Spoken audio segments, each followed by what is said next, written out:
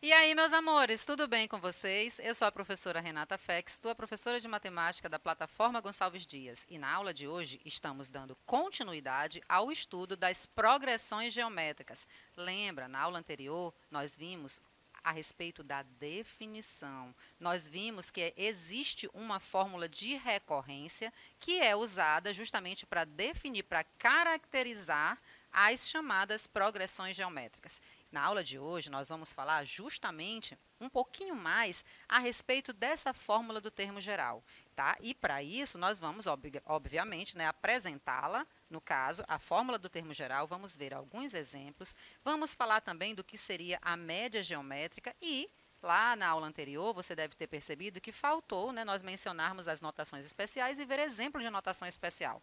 Nessa aula de hoje, nós vamos também abordar essa parte, tá bom? Só para que teu conteúdo fique completo, perfeito e, óbvio, você fique craque nesse assunto. Vamos começar, então?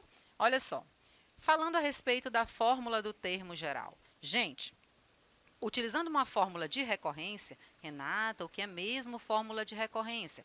Essa fórmula de recorrência, nós vimos o estudo dela, a apresentação, como eu monto uma fórmula de recorrência, lá no estudo das sequências, tá? Então, qualquer duvidazinha, dá o pause, vai lá no nosso canal do YouTube, Plataforma Gonçalves Dias, e você vai ter todo esse assunto, desde o início, sequências, PAs e agora PGs. E aí você vai poder relembrar, ver exemplo e tudo mais do que seria essa fórmula de recorrência. Mas eu já te adianto que a fórmula de recorrência, para que eu a escreva, basta eu definir o primeiro termo e usar, né, um raciocínio, uma outra estratégia, uma fórmula, na verdade, que define como todos os demais elementos são determinados, tá bom? Então, aqui, ó, utilizando uma fórmula de recorrência pela qual se define uma PG e admitindo, né, dados o primeiro termo, obviamente, esse primeiro termo, ele obrigatoriamente tem que ser diferente de zero, tá? E também a razão, ela tem que ser um número diferente de zero. O índice n, lembra o que é esse n? Esse n tem que ser um número natural. Por que natural? Porque ele indica a localização dos termos, a ordenação dos termos na sequência, tá? Então, né, n seja o índice de um termo desejado, nós temos A2, como é que eu calculo A2? Eu vou pegar o A1 e multiplicá-lo por uma constante. Lembra, essa constante aqui, ela é denominada de letra Q, e para nós é a razão da PG, certo? Então, A2 vai ser A1 vezes Q. Caso eu tenha calculado o A3, como é que eu faço para descobrir? Eu vou pegar o anterior, no caso o A2, e também multiplicar pelo Q. Se porventura eu queira identificar o quarto termo dessa sequência, eu vou pegar o A3 e multiplicar também pelo Q. Gente, você já entendeu esse padrão, esse raciocínio, né? Cada termo que eu preciso identificar, ou descobrir, ou calcular, o que é que eu faço? Pego o anterior a ele e multiplico, né, pela razão que aqui é letra Q. Por que que a gente está fazendo esse raciocínio? Para que você perceba, né, que se eu usar um índice n qualquer, né, no caso aqui o AN, eu vou, né, pegar o anterior a ele, ou seja, o AN-1, e vou multiplicar esse termo também pela razão Q, tá? Lembra, razão para PA é R, razão para PG é Q, tá bom? E o que eu faço com essas informações? Eu vou multiplicar essas igualdades. Lembra que a quantidade de igualdades é n-1. Renata, por que não são n se tu falou que esse n lá, né, é um índice de um termo desejado? Gente, olha bem aqui com qual eu comecei. Eu comecei com o A2, eu não comecei com o A1. Se eu tivesse começado com o A1, eu teria n termos. Como eu comecei com o A2, eu tenho uma quantidade de n-1 igualdades, ou termos, né? Porque eu estou calculando A2, depois A3, depois A4 e assim sucessivamente até o AN, que é o termo genérico, tá? Então, estou multiplicando. Volto para te mostrar, ó, eu estou multiplicando assim, ó, eu estou pegando todos esses aqui antes da igualdade, multiplicando. E após a igualdade, também, tá bom? Então, eu estou fazendo essa multiplicação. Olha o que aconteceu. Aqui, ó, eu tenho A2 vezes A3 vezes A4, assim sucessivamente até o AN. E lá do outro lado também, né, aconteceu de aparecerem esses termos. Renata, mas lá tinha Q. O que aconteceu? Aconteceu que um cancelou o outro, de um lado e do outro, tá? Por isso é que ficou nessa escrita. E o que apareceu aqui, ó, foi Q elevado a N menos 1, tá? Bom, por que eu fiz essa multiplicação aí? O que isso vai me levar? Qual é a escrita que isso vai gerar? Gente, isso aqui, você percebe que tem termos em comum de um lado e do outro. E eu vou poder cancelar esses termos em comum para ver quem sobra. E quem é que sobra? No primeiro membro, sobra-se apenas o termo AN. E no segundo membro, eu tenho o primeiro termo, que aqui é o A1, e eu tenho a razão com o expoente. O primeiro termo, A1 vezes o que elevado a N menos 1. Perceba, né, que isso aqui, para nós, a partir desse momento, é chamado de termo geral da PG, tá? Então, para qualquer termo que você precise identificar numa PG, é assim que você vai identificá-lo, usando essa fórmula que é a fórmula do termo geral, tá bom? E já vamos passar aqui para o exemplo para você ver o uso, a aplicação dessa fórmula para que identifiquemos termos quaisquer em uma PG, tá? Então, eu tenho aqui, né, a PG 1, 2, 4, 8 e assim sucessivamente, e o nosso objetivo é obter tanto o 10º termo quanto o 15º termo dessa PG. Lembra, tá? Para eu calcular o 10º termo, usando aquele raciocínio, olha como estava lá escrito. A n é igual a 1 vezes Q elevado a n menos 1. Ora, eu estou fazendo lá no n 10. Então, eu estou com A10, isso vai ser igual a 1 vezes Q elevado a 10 menos 1. 10 menos 1 é 9. Quem é o Q? Gente, Q é razão, tá? Então, para você descobrir a razão, o que você faz? Pega dois termos consecutivos e, se cada termo, a partir do segundo, é obtido através da multiplicação de seu anterior com uma razão, qual é a inversa da multiplicação?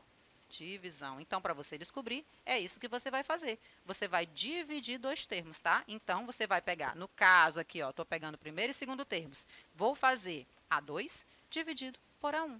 Nesse caso aqui, ó, 2 dividido por 1 é o próprio 2. Então, aqui já é a razão dessa PG, tá bom? Então, substituindo, eu tenho A10 igual a 1 vezes 2 elevado à nona, 1 vezes qualquer coisa. Continua dando qualquer coisa, não é isso? E no nosso caso aqui, esse qualquer coisa é 2 elevado à nona potência. E quem é esse valor? O número 512. Identificado o 10º termo dessa PG. Está faltando termo, está faltando calcularmos o 15º. Mesmo raciocínio. A 15 é igual a 1 vezes Q elevado a 14. Lembra, esse 14 é o 15 menos 1, tá? E a 15 vai ser 1 vezes 2 elevado à 14ª potência. 2 elevado à 14ª potência é 4.096. Prontinho, identificados os dois termos da PG conforme solicitado, tá? Então, é esse o raciocínio. O que nós estamos usando aqui? Termo geral de PG. Como é o termo geral da PG? A n é igual a 1 vezes Q elevado a n menos 1. Termo geral de PG, certo? Vamos avançar aqui, temos mais um exemplo, e nesse segundo exemplo tem o seguinte enunciado. Os três primeiros termos de uma progressão geométrica são: A1 é raiz de 2, A2 é raiz cúbica do 2, o A3 é a raiz sexta do 2. Aqui o objetivo é nós identificarmos o quarto termo dessa PG, tá? No caso, perceba que é necessário identificarmos a razão. Por quê? Porque a razão eu uso lá na fórmula do termo geral. E você já aprendeu como ela é identificada. Como é? Eu vou pegar dois termos consecutivos. Aqui, para o nosso exemplo, estaremos usando o A2 e o A1 e fazendo a divisão entre eles, tá? O A2 pelo A1. Você viu que aqui foi dito que o A2 é a raiz cúbica de 2 e o A1 é a raiz quadrada do 2. Gente, perceba que raiz cúbica Eu poderia colocar aqui raiz cúbica, mas nós já colocamos esse termo com o expoente fracionário. Por que disso? Porque é uma outra maneira de escrevê-lo.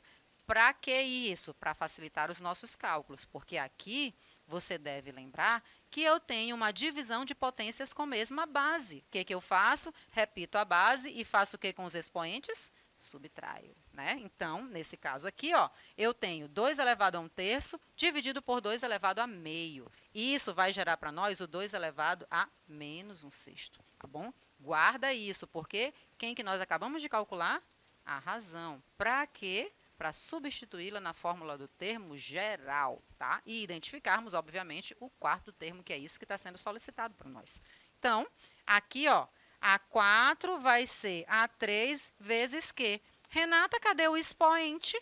Tu não disseste que o termo geral é AN igual a 1 vezes Q elevado a N menos 1? Sim, eu disse, e nada mudou. Sabe por que nada mudou? Olha só. A4, eu estou usando não o primeiro termo, eu estou usando o anterior a ele, o terceiro. Então, aqui foi feito apenas um ajuste, porque quando eu estou usando termos consecutivos, o expoente desse Q aqui, da razão, vai ser o índice de quem eu quero calcular, subtraído com o índice de quem eu estou usando. Então, aqui, ó, o expoente desse Q é Q elevado a 4 menos 3. E 4 menos 3 dá 1. Todo número elevado a 1 é ele próprio. Então, por isso, ficou apenas o Q, tá bom?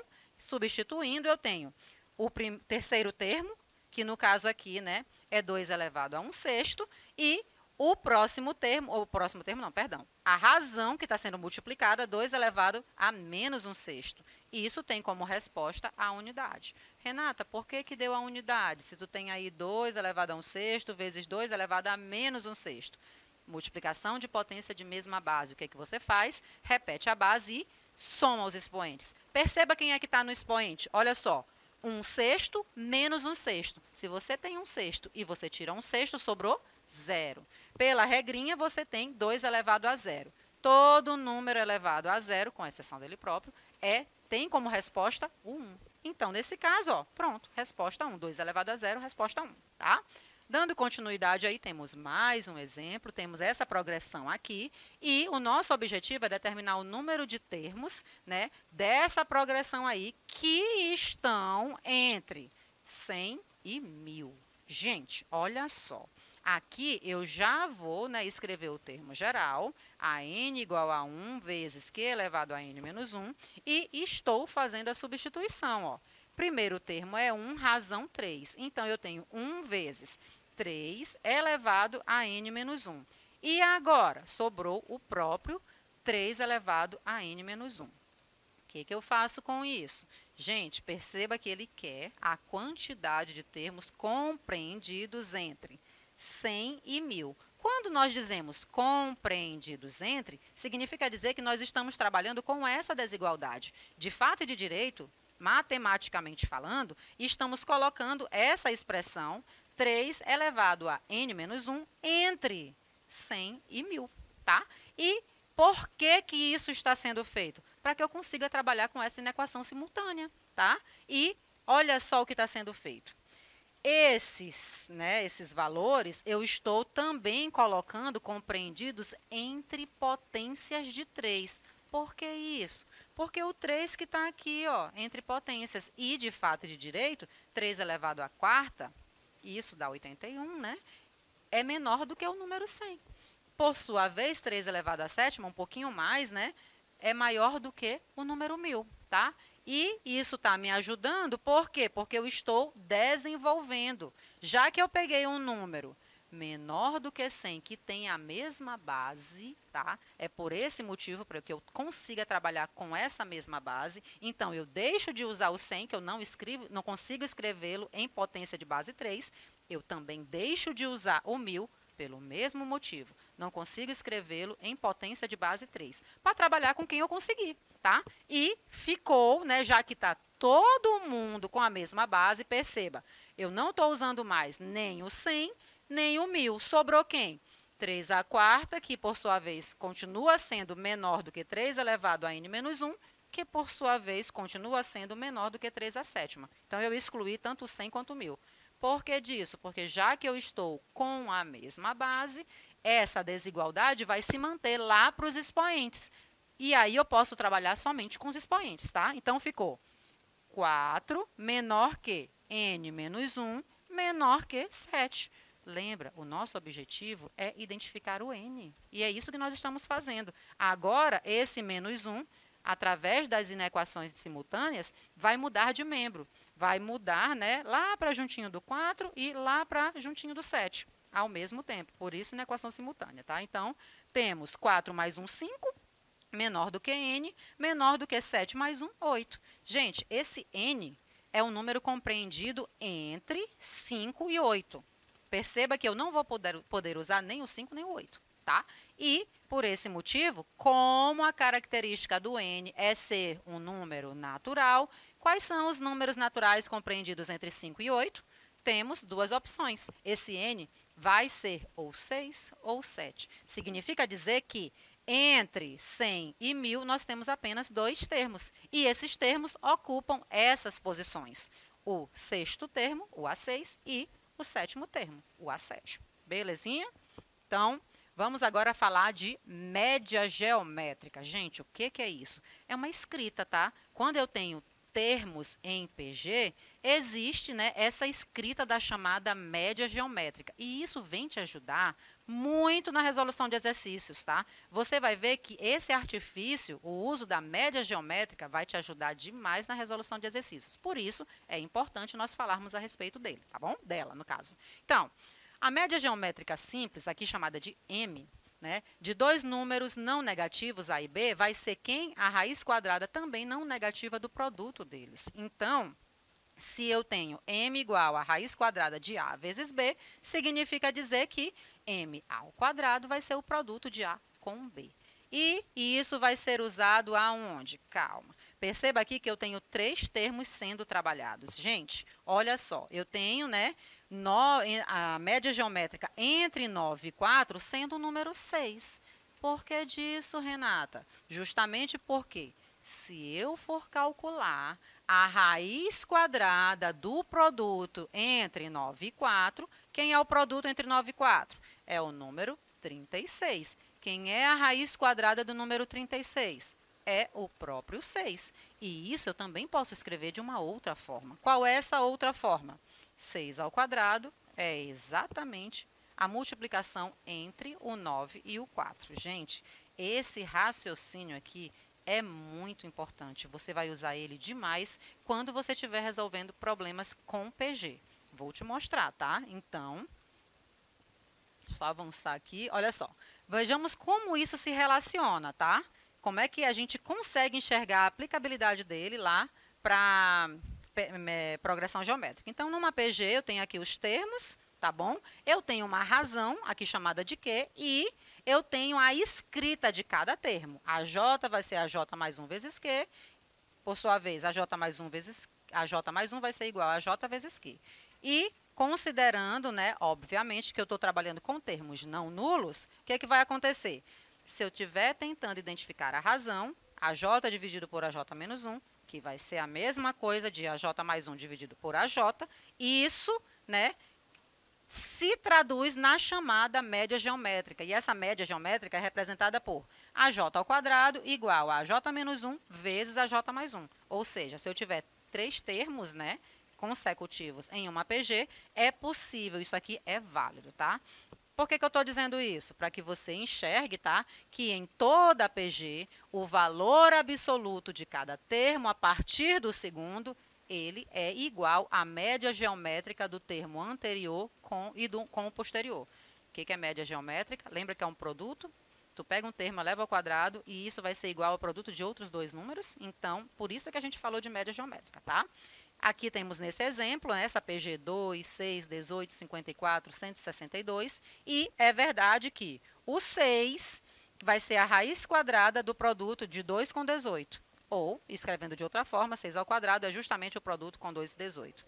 Isso se mantém a cada bloquinho de 3 termos, tá? Perceba que eu estou trabalhando com 2, 6, 18, depois eu estou trabalhando com 6, 18 e 54, e por fim trabalharemos com 54, 18 e 162. Tudo isso aqui é verdade, tá bom? E também, né, para finalizar, as chamadas notações especiais, é apenas a escrita, tá, de termos em PG. Eu tenho aqui a escrita de 3, 4 e 5 termos em PG, que foi aquilo que eu fiquei de apresentar para vocês, tá bom? Beijão para vocês, até a próxima aula. Tchau, tchau.